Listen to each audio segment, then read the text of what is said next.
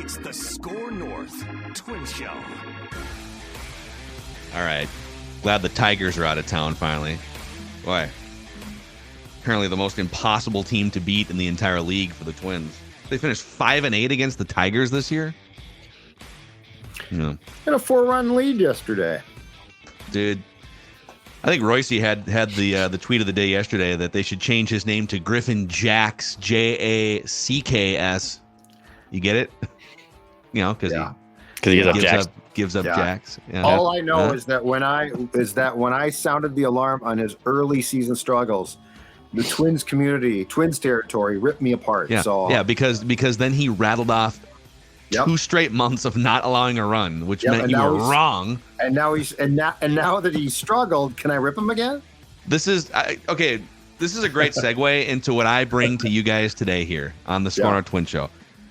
These are my Twins bullpen confidence rankings, categorized. Love it. Okay. You know how like the Athletic puts out their quarterback rankings and they label all the categories like, guy who can carry a team or whatever. I have put these guys into different categories, and we could talk about Griffin Jacks and whatever. We'll do an Immaculate Grid later, which Declan's sources are telling us the Twins are part of the Immaculate Grid today. I've not looked because I don't look at it beforehand. I don't do it beforehand, which has been done on this show before. When we get there, we can see your 1987 knowledge on all the Twin squares when we get there. The World Series champion. It'll be great. You It'll be great. I'll sit out the 2000s, and you can give all the great 87, 91 Twins Steve players. Lombardozzi was the starting second baseman, had a great World Series. It's not my fault you don't know who he is. Lombo, let's go. It's not my fault. I love it. I feel like Judd's being a little hard on Declan, but Declan could probably stand to learn some Twins history. There's a middle ground here somewhere. Okay. If I had picked a backup player, I would say I was being an a-hole. That I would agree with. Timmy Lager was a starter, right? Timmy Lager was a starter on that team, right? Yeah. Okay. All right. Sal Butera was the backup catcher. Sal Butera. Drew Butera's that one would make me a jerk if I use Sal Butera. Well, if we ever get he played for the Mets too, right? If we get Mets Twins. Drew Butera? Did he play for the Mets? No, Sal. Didn't Sal? No, Sal played for, I think, Toronto and the Twins. He played for the Twins twice. Okay. Because he was Butch Weiner's backup, and then he was Laudner's backup. We got to see if we can sneak Drew Butera on an Immaculate Grid here at some point. Let's just be on alert. Kansas City, whatever. But a shout out to our friends at Frattallone's here. So Frattallone is one of the world's, not world's, I guess, but I would say the state's, one of the state's largest Weber grill dealers. Oh, yeah. And they're here to help you kick off tailgating season or maybe just enjoy the end of baseball season these last couple months with a brand new Weber grill. I mean, think about all the beautiful things you could throw on that grill. Steak, chicken, kebabs, wings, maybe some ribs. I'm a big kebab guy myself. Sometimes just put just a rack of vegetables up there, be healthy, whatever you want to do. Love that. They've got all sorts of other amazing grills as well at the 20-plus metro locations of Frattallone's Hardware and Garden, or you can go to scorenorth.com, enter keyword Weber to find out more. Gentlemen, here are the bullpen confidence rankings. Okay. So this is the parameters here. If the playoffs started today, I'm going with the guys who are available right now. And that includes like my 3 starters are going to be Pablo Lopez, Sonny Gray, and probably Kenta Maeda, because Joe Ryan is currently not available. Now, Joe Ryan probably becomes available, and then we can do this again in like a couple weeks if he comes back.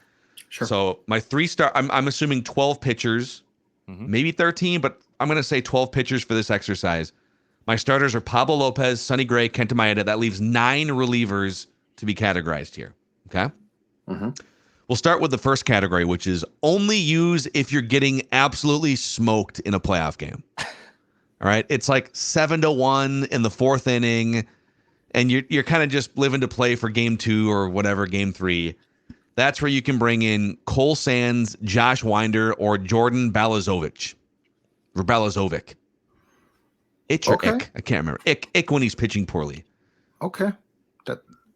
I think Jordan Balazovic has been a little bit better than the other 2 guys, but he's not. He doesn't miss a lot of bats right now, and he's a little more respect in that name. I mean, you could fight me on this, but no, I don't know, it's man. fine. It's fine, but I'm saying those first 2 were like, yes, slam dunks. They should basically watch the games with us. Yeah, but Bella, I mean, I would be willing to say that Cole Sands and Josh Winder are like, don't use if at all possible. Balazovic, okay, bring him in if you need to try and weather a storm, but it's like a 5-run game that you're losing. If you brought him into a 5-run game that you're winning, I still don't know that I have a high level of trust over some of the other guys in that bullpen. Okay. Right. Fair enough. Very fair. Yep. Category number 2. It's the break glass in case of emergency category. Not in like, I'll explain in the way. So let's say your starting pitcher gets bounced early, or maybe you've like burned a bunch of relievers and now you're into an extra inning situation and you need somebody to reliably come in, not in a blowout game necessarily, but you need like 3 innings, 3 really good innings, 4, 5, 6 to get you to the end. Or, oh my God, we've used 6 pitchers already and it's the 11th inning. Like, this guy's got to go. Bailey Ober fills that role for me. He's almost like your handcuff starter. Yeah. You know, okay, be ready to go if the starting pitcher gets shelled after 2 or 3 innings or is like walking everyone, but the game is still in question.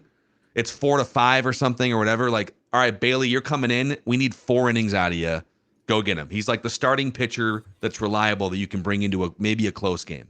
So he's actually a very important part of the game plan. You'd prefer not to have to use him, but he becomes because I mean he could come in like, let's say Kenta starts the deciding game 3 and is getting shelled. Or he's just like can't control it. It's like he's walking everyone. You're not down 7-1. Yes, but I'm with you on this. Totally with you. Okay. Dax, are you good with this so far? Yeah, he's your long. Yeah, I think break case of emergency. That's probably the best way to describe Ober. Ober has the little bit of the Brad Radke, Jose Barrios disease, where the first inning is not kind to him either. He runs into trouble. He for so whatever bring him reason. in the 5th inning for 3 innings or something. And he's great. You know, and he's great. All right, now we've gotten to the use with caution category here. Ooh. There's one guy in this category, and his name is Emilio Pagan. So he's interesting. He's been pitching in some higher leverage situations lately. In fact, Declan and I talked about this a little bit on yesterday's Twin Show when you were at Vikings practice, Judd, that he's, again, I don't put value in the hold as a statistic, but it's an indicator of like how a team uses you. So a hold is when you come into a save situation, which is 7th inning or later, 3-run lead or less. So you're leading and it's late. And if you come into the game and the opposing team doesn't take the lead off of you and you hand the baton to the next reliever, you get a hold. Well, he didn't get his first hold until like a month ago because they didn't put him in those situations. Right. He now has like 6 holds on the season, maybe 7. Right. Because they're putting him in more of these higher leverage situations. He's actually having the best or second best season of his career. So it's tempting to keep like pushing the envelope here. Oh, this is the guy that they've been telling us about for 2 years, right? But his OPS allowed is still 300 points worse when he pitches with a lead. When the Twins are trailing and they bring in Pagan, he's basically Mariano Rivera. He's untouchable. When they bring him in with a lead, lately he's been good, but this is why he's in the use with caution bin for me. I don't think there's anything he can do for like a hot stretch, July, August, September, that would make me think, oh yeah, I trust this guy against, like the middle of the Blue Jays order with the game on the line in the 8th inning. I think everybody would agree with you about that assessment right there, except for possibly the Twins. Like the Twins seem to be gaining confidence there. I mean, clearly going back to keeping him after an atrocious 2022, they like him. Yeah. But personally, I like what you just said. I don't know. That's the first one that I think the Twins might be like, oh, Phil, you don't understand. You don't understand Pagan. But yes, I would say that the caution is very warranted when it comes to a guy who, by the way, back in May against the Dodgers gave up a huge grand slam home run. So, I mean, there have been times where it's been like, that didn't work out. I don't want him coming into a high leverage situation where there's runners on 2nd and 3rd in the bottom of the 7th and you need an out. I am totally okay with him starting an inning. I think high leverage is what scares me here. So if they turn to the bullpen, the starter's done, they're leading 4-2. All right, I'll give it the ball to Emilio Pagan. But a high leverage situation where you need a fireman, you need to get this out immediately. I don't know if I'm turning Emilio Pagan. So to that point, how about this? This is bonkers. Declan has nailed it. It's not bonkers that you nailed it. I'll give you credit. It's bonkers that this is the trend. So I heard it. With nobody on base, so with the bases empty, Emilio Pagan's OPS allowed is 405. That is on base plus slugging. So a 200 on base percentage allowed and a 205 slugging percentage allowed. He's Lee Smith. Sure. That's an old school name that Declan can read up on. Lee Smith. He is lights out this season with nobody on base. Mm-hmm. When there's men on base, his OPS jumps over 400 points to 813. So if you're going to use him in these situations, Declan's right. Bring him in to start an inning. Don't bring him in with a runner on. Do not use him in extra innings. In the playoffs, they get rid of that rule, right? But with a runner on second base, that's problematic. Yeah, that's gone. Yes. In fact, with a runner on second base, he has an 800 OPS allowed. With a runner on first base, he has a 974 OPS allowed. There's something about like holding a runner and pitching from this, like, I don't know. So that's just use with caution is the Emilio Pagan bin. All right. Very fair. Very fair. This is where you guys are probably going to disagree with me, but you know, the Twins can't remake their bullpen at this point. And they need some guys in the late and close trust tree, which is the final category. This is the late and close trust tree.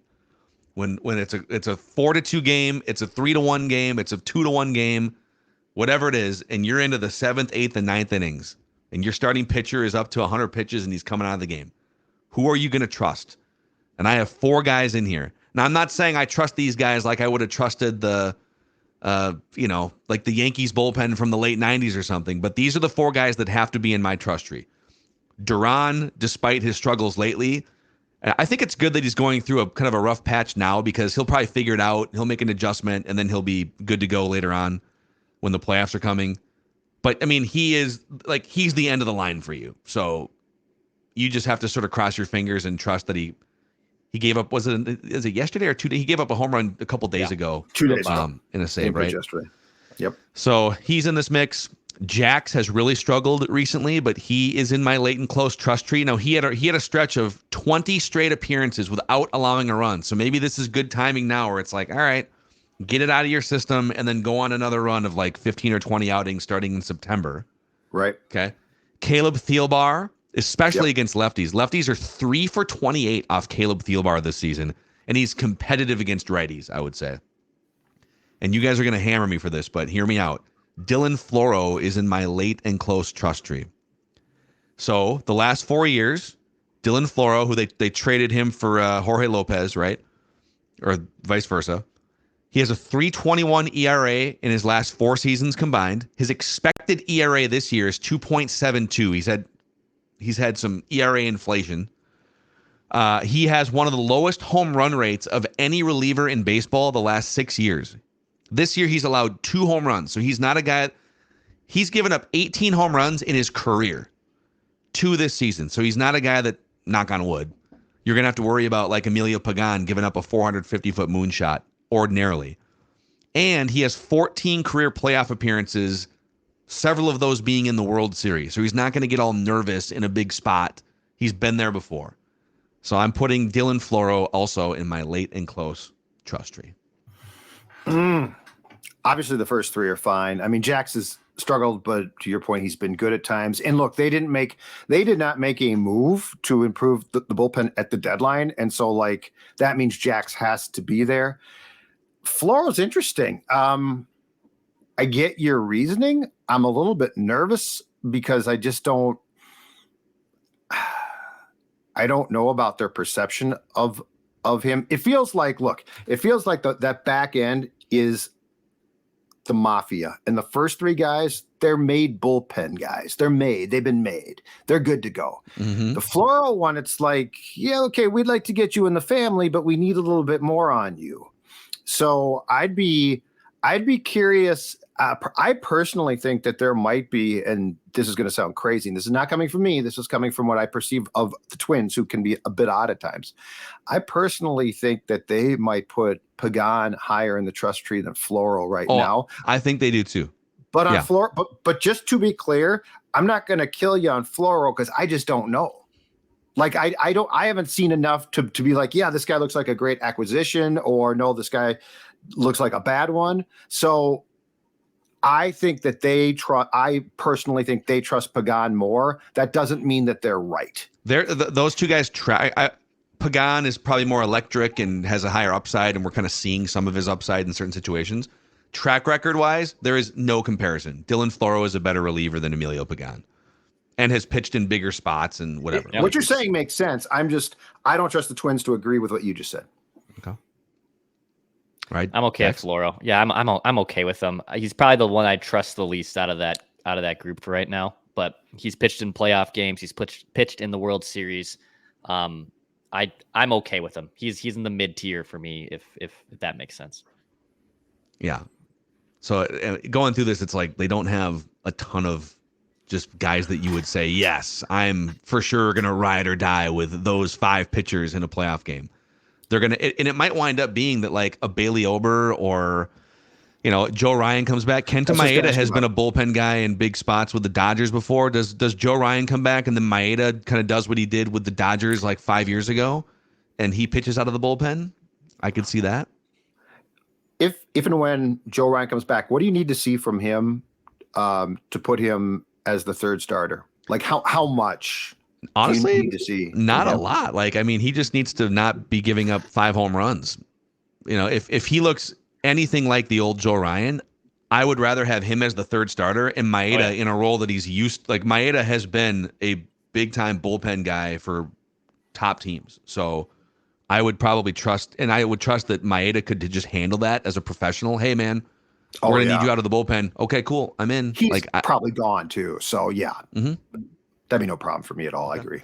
So, yeah, let us know in the Score North YouTube channel comment section, too. How would you sort of put together your own bullpen rankings? Do you agree, disagree? Do you want to fight me on this Dylan Floro take? Let us know. And as a follow-up to this, too, I think there is a definite show to do on what the lineup construction and, most importantly, the fielding construction needs to look like. Rocco's still talking about this guy can play here and this guy can play. It's so great to have flexibility.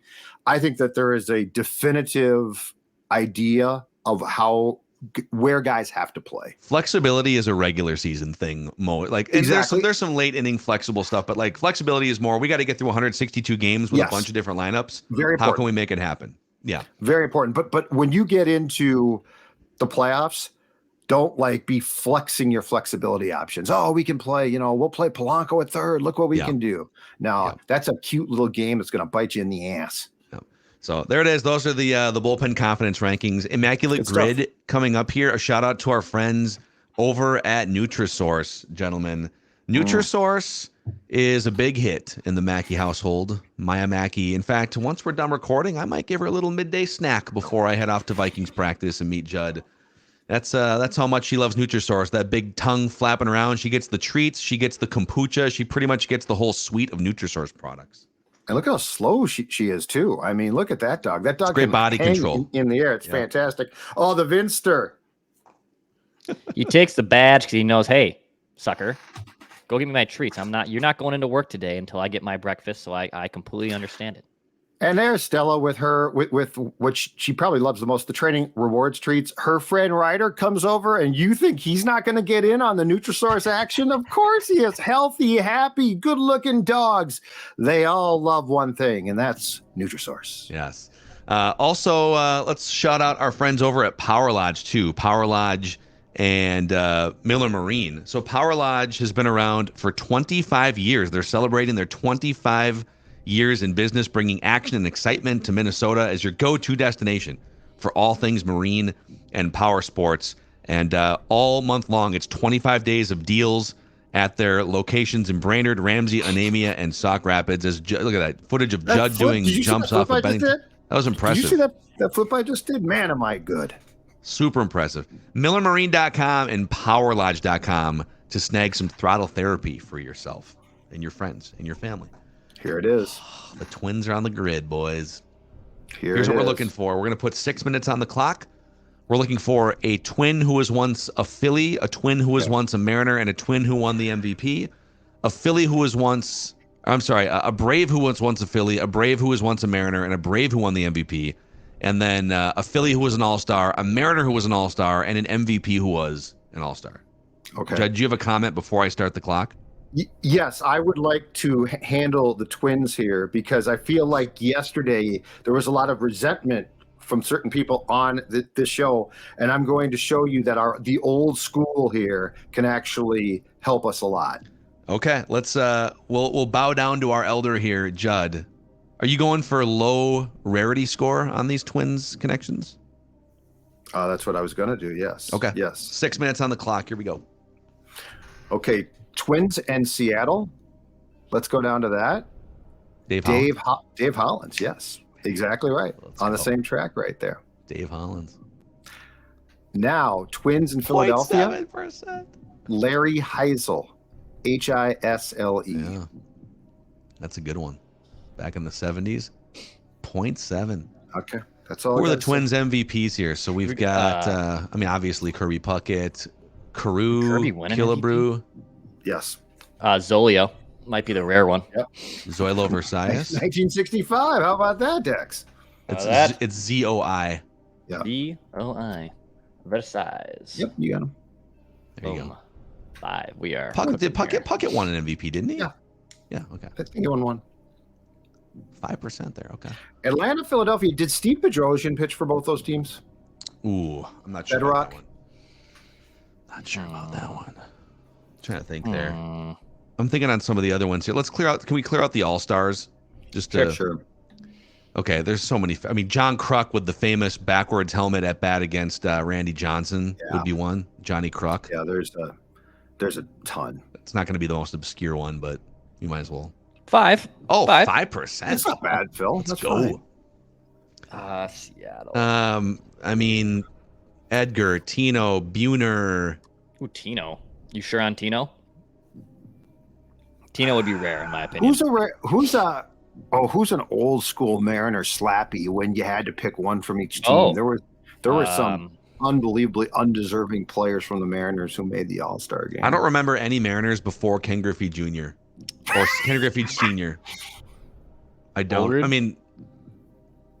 John Ulrud? Did he make an All-Star game with the Mariners? I don't know. I legit don't know. Did.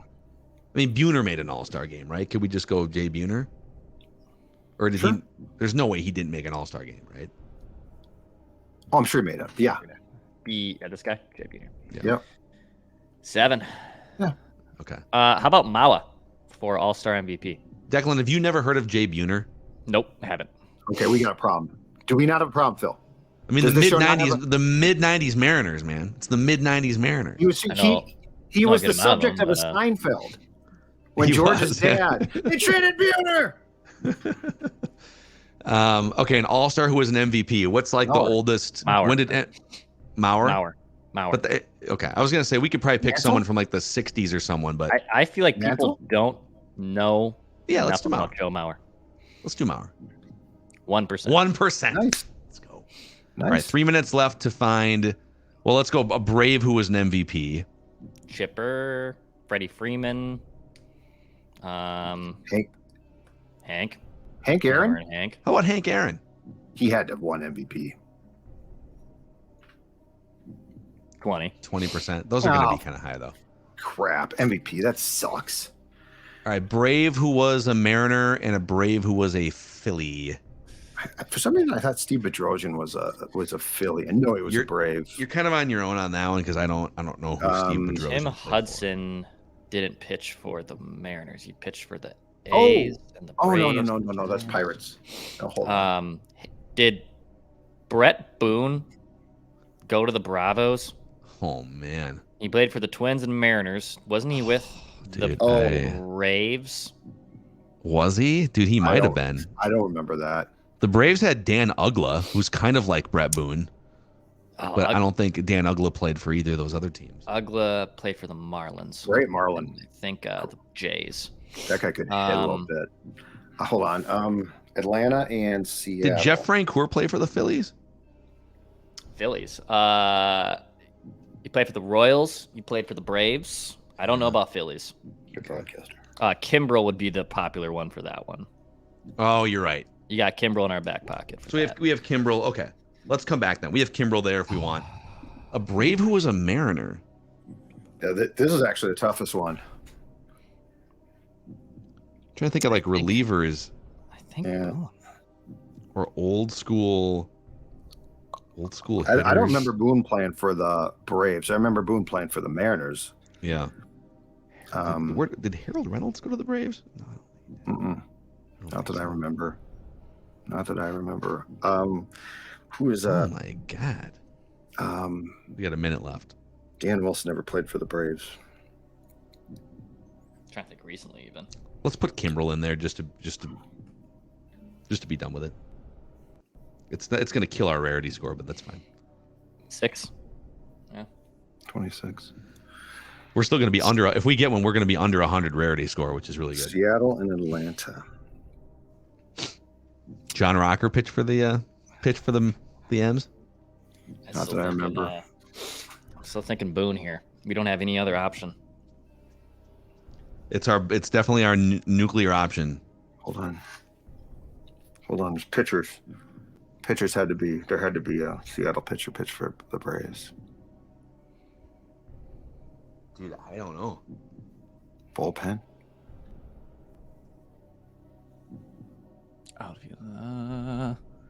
We got 10 seconds. I think we have to. Wow, we have. God, Okay. we're gonna go Brett Boone here, I guess. Wow. Do Boone. Nice work. If you get this, Dex, let's go. Yes! Nice, dude. I don't remember playing for the Let's Braves. go. Maybe study your history on 90s and 2000 players. I was Oh, drinking that that's time. great, dude. What was our rarity score? 75. 75. Nice. I think that might be our. We've had a couple low ones. That one might be our lowest. Nice. Cano was the Pretty most damn good. popular one. Oh, No. God. Robinson Cano. Oh, that's played right. for You the put the Braves. Braves at the end. I wouldn't even Oh thought my of that one. God. Only Okay. 45% of people got that. Yeah, that's a tough That one. was What's the tough. Twins' answers again? Go back up. Tommy for Phillies and Twins. Oh, okay. Yeah, That's, and then Nelson, Nelson Cruz. Cruz. Okay. And And then then Joe Mawa. Mawa. Great stuff. That's- Awesome, dudes. Hey, Judd and I, we got to run to Vikings Yeah, we gotta practice here, but a great team effort there from all eras of knowledge. That's what the three of us bring to the table here. And yeah, if you guys could give us a 5-star rating and a positive review on the Score North Twin Show Apple podcast page, you can help us climb rankings and spread the word. And we'll see you guys tomorrow, probably, I think. A little feedback, a little Immaculate Grid. See ya.